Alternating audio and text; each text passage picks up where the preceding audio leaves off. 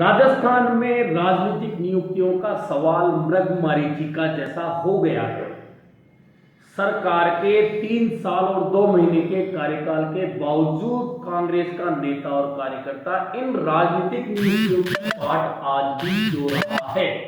और सवाल सिर्फ एक है कि आखिरकार ऐसे क्या कारण है कि कांग्रेस का नेता और कार्यकर्ता राजनीतिक सत्ता में भागीदारी से वंचित है, जबकि हर बार कहा जाता है सरकार बनने पर कार्यकर्ताओं का उनका हक दिया जाएगा।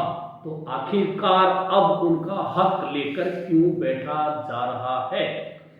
अब तक तो कांग्रेस का नेता कार्यकर्ता राजनीतिक नियुक्तियों की बात और खबरों को लेकर उत्साहित होता था, लेकिन अब जब सिर्फ चर्चाएं हो रही है, उनके हाथ कुछ नहीं आ रहा है, तो अब धीरे धीरे कांग्रेस का नेता और कार्यकर्ता निराशा के भाव में जा रहा है।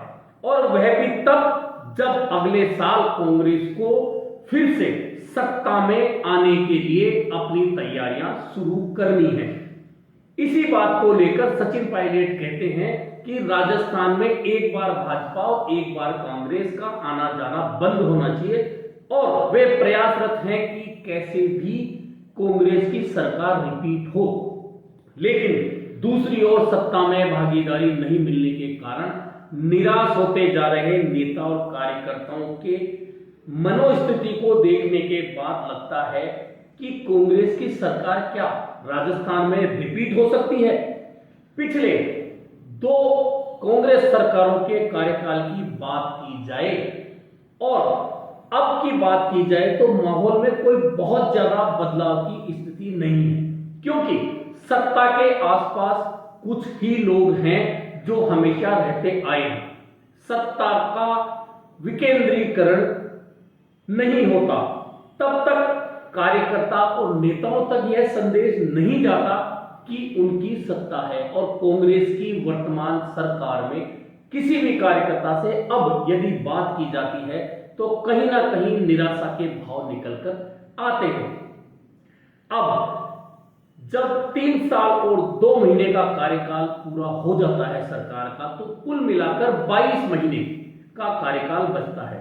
उसमें से भी अंतिम 6 महीने चुनावी तैयारियों के होते हैं, और बाकी बचे समय में से सरकार को 2 बजट सत्र करने हैं, और उन बजट सत्र के दौरान भी 4 महीने का समय निकलेगा।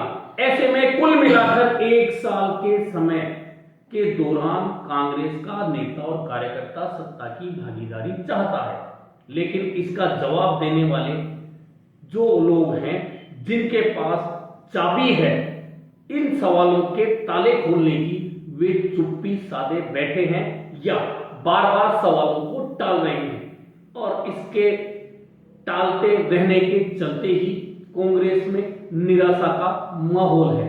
इतना ही नहीं, नेताओं के बीच में आपसी प्रतिस्पर्धा अब यहां से हटकर एक दूसरे को मात देने की तरफ जा रही है। ऐसे में सचिन पायलट कहें कि किस तरह से कांग्रेस की सत्ता में वापसी होगी, मैं इसके लिए प्रयासरत हूं। तो आखिरकार उनके पास में ऐसी कौन सी चाबी है कि वे इन सारे सवालों के ताले को खोल सकते हैं?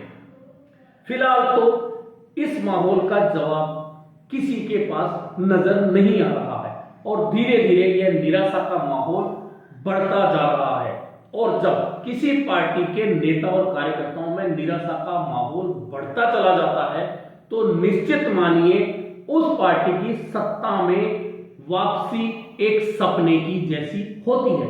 हालांकि कांग्रेस सोच रही है कि भाजपा के हालात भी अच्छे नहीं हैं, ऐसे में वे सत्ता में वापसी कर जाएंगे, लेकिन यह भी भूल रहे हैं कि भाजपा सत्ता में जब होती है, हारती भी है, तो वह लंबी लड़ाई लड़के हारती है, जबकि कांग्रेस की पिछली 2 हार का आकलन किया जाए तो कांग्रेस बुरी तरह से पराजित होती है। इन दोनों बातों का मतलब यदि कांग्रेस के रणनीतिकारों को समझ में आ गया और उन्होंने वास्तव में सत्ता की भागीदारी को उन नेताओं कार्यकर्ताओं तक पहुंचाना शुरू कर दिया जो कि खून पसीना बहाकर सत्ता के केंद्र बनते हैं, लेकिन सत्ता बनने के बाद जिन्हें हमेशा भुला दिया जाता है।